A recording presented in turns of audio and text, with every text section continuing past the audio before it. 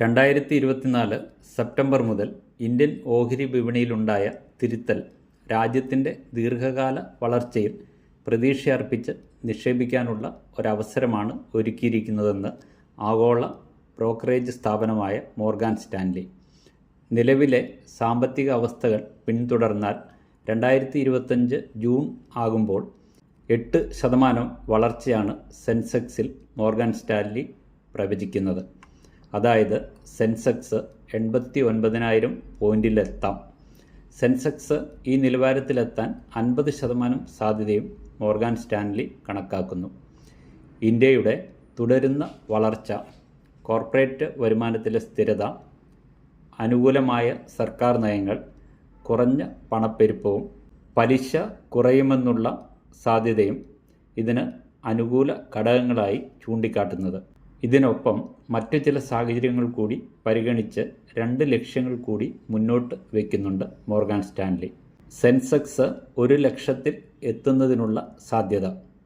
ഇനി അങ്ങോട്ട് ബുൾ ട്രെൻഡാണ് വിപണി കാഴ്ചവെക്കുന്നതെങ്കിൽ അടുത്ത ജൂണിൽ സെൻസെക്സ് 1,00,000 പോയിന്റിൽ എത്തുമെന്ന് അനുമാനിക്കുന്നു.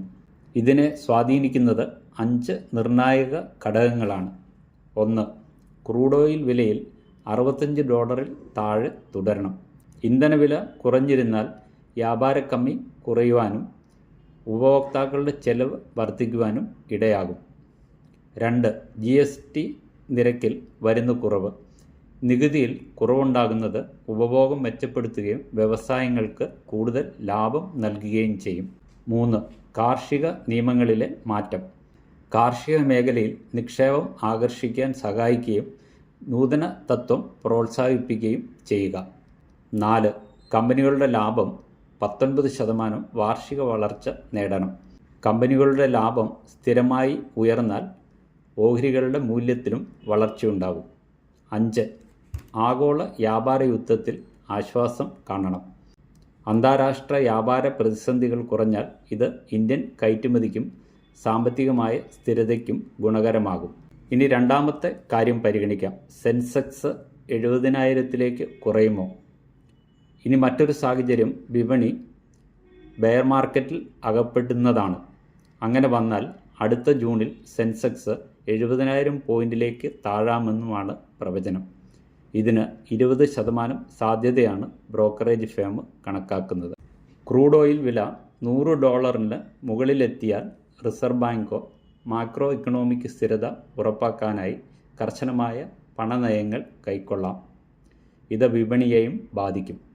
ഇതിനൊപ്പം US മാന്ദ്യം ഉൾപ്പെടെയുള്ള ആഗോള അസ്ഥിരതകളും പ്രശ്നമായാലാണ് ഇത്തരമൊരു അവസ്ഥയിലേക്ക് വിപണി പോകുക.